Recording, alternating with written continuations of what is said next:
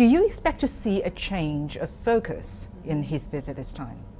The meaning and the significance of the visit will be different from the past. Personally, I think he come here for a few reasons. Number one, to meet old friends, including President Xi Jinping's old friends. And the second focus is to attend the 30th anniversary commemoration event in Suzhou. There's a Suzhou Industrial Park. And the third, I think he always come here to get a first-hand information of how the recent developments in China. I feel that the relations between Chinese leaders and Li Hsien this time, I feel that it's different and then it's warm. And my personal view is that in the past he come here, he's respected as Prime Minister of Singapore. And now when he met Xi Jinping said he's an old friend and a good friend of the Chinese people. 都是老朋友好朋友 So it's personal. So now he's personally a 老朋友好朋友 old friend and good friend of the Chinese people, and they call him a seasoned statesman.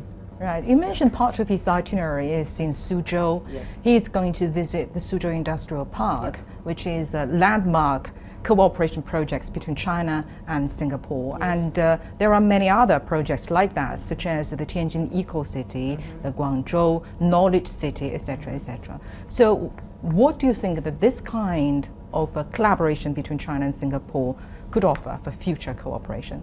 Suzhou Industrial Park, I think, is a gem of Singapore-China collaboration. When we came in, and this project took 30 years now, and we went through hardships, and then in the end, it pulled through. I think there's a testimony of how Singapore look at the growth and the prospects of China and the promise of China. And through this SIP, Singapore has involved very deeply and participate in the reform and opening up of China.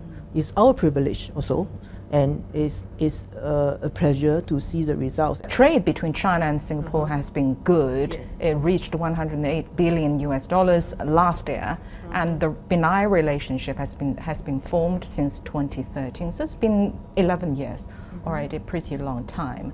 We need to also see that this world is full of uncertainties, especially economic uncertainties. Yes. So in light of all those, where do Singaporean businesses see in potential to further expand bilateral trade relationship? I think China has shown a lot of strength in the high-tech areas and very innovative. So especially our EVs. So in general, I would think green energy, clean energy is an area which has a lot of promise for Singapore business to work together.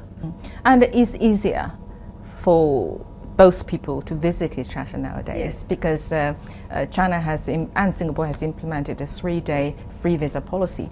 How do you think this policy will affect the lives of both people? Well, you invite more people-to-people interactions, and it makes it much more easier for business collaboration, for education, for cultural exchange. The figures has already shown.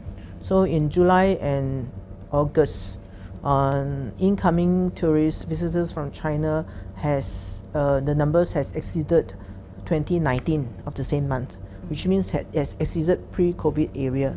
And I think with more collaboration and in this turbulent geopolitical situation, Singapore is very sure that we want to make friends with a lot of people to enhance trade and to reject protectionism. So that will help a lot with this free visa. Mutual understanding is really important in terms of any relations between any two countries. And last month at Global Forum in Singapore, Li Hsien made a remark saying it would be very unwise to write off China, and he also warned of the risk of mutual underestimation between China and the United States. So how do you interpret his remarks like this? He said that again this time in Suzhou, and our new Prime Minister Lawrence Wong said that also. Never write off China. And I think that is a clear and thoughtful and considered decision by the Singapore government. Singapore actually is promoting a bilingual education policy, which includes a bicultural and China studies program. Why is that? Why is the Singaporean government promoting that? Frankly, with China's rise, and I get to see more Singaporeans, my fellow Singaporeans, working in a Chinese company. Then they have to speak Chinese, and then they found that it is beneficial for them when they can cross border and speak both language. Right. So for the younger people coming up into the job market, they are beginning more and more to realize the usefulness of bilingual, to know Chinese. But to me, I wish that is not the only reason. Yeah, so I'm very careful to say that, because I don't want it to be like the only reason that you only learn Chinese because you want to get a good job. That is a bit short-sighted. Right, and studying each other's culture actually is a first and also most important, most efficient step to understand each other, which is very important in terms of bilateral relations. Yes, and maybe I should add, Chinese culture is rich. Chinese civilization is fascinating, and I mean, since it's close to us, it's very easy for us. It's more easy for us to attain, and why shouldn't we learn it to enrich our lives and our intelligence, and our imagination.